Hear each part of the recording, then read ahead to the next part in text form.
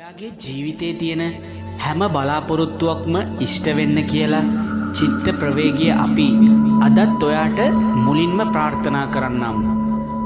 අපි සාර්ථක මිනිස්සු දිහා බැලුවම අපිට ඒගොල්ලන්ගේ ඒ ජයග්‍රහණ එක රැයකින් ලැබුවා වගේ නේද පේන්නේ. ඒක තමයි සාමාන්‍යයෙන් පේන විදිය. ඒත් ඇත්තටම ඒවා පිටිපස්සේ අකණ්ඩ උත්සාහයක් කැපවීමක් තියෙනවා.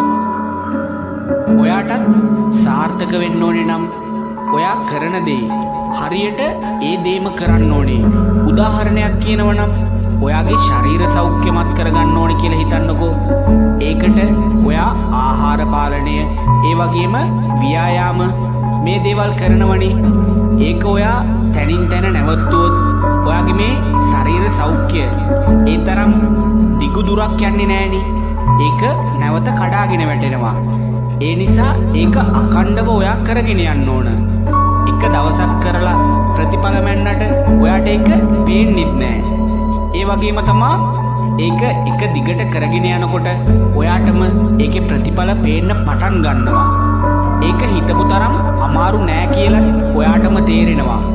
ඒක නිසා ඔයාගේ සාර්ථකත්වය වෙනුවෙන් කරන්න ඕනේ දේවල් ඔයා අකණ්ඩව එක දිගට කරන්න.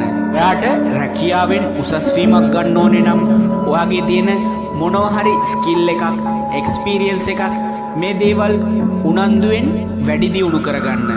එක්ස්පීරියන්ස් කියන ඒවා අපිට වැඩි දියුණු කරගන්න පුළුවන් ක්‍රමත් තියෙනවා. ඒ කියන්නේ දැන් සමහර කෙනෙක් එක්ස්පීරියන්ස් කරලා නැහැ කියලා හිතන්නකෝ ගහකට නගින එක. ඒ වුණාට එයාට ඒකේ එක්ස්පීරියන්ස් කරන්න පුළුවන් එක විදිහක් තියෙනවා. එයා ගස් නගින්න දන්නේ නැතුව ඇති. හැබැයි එයාට ඒක උත්සාහ කරන්න පුළුවන්. ඒ උත්සාහ කරන ගමන් එයාට තේරෙනව නේද මොනවද වෙන්නේ, කොහොමද මේක කරන්නේ, ඇයි මාව වැටුනේ, මෙන්න මේ වගේ ගොඩක් දේවල් එයාට එක්ස්පීරියන්ස් කරන්න පුළුවන්.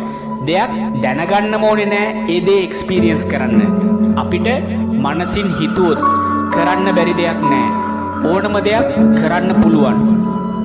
අපිට දෙයක් හිතෙනවා කියලා කියන්නේ ඒක පෙර සාංශාරික කුසලයක්.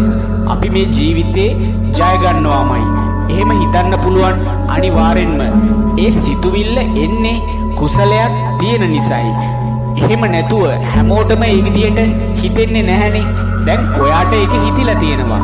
ඒ කියන්නේ ඔයා සාමාන්‍ය කෙනෙක් නෙවෙයි. ඔයා ගොඩක් විශේෂ කෙනෙක්.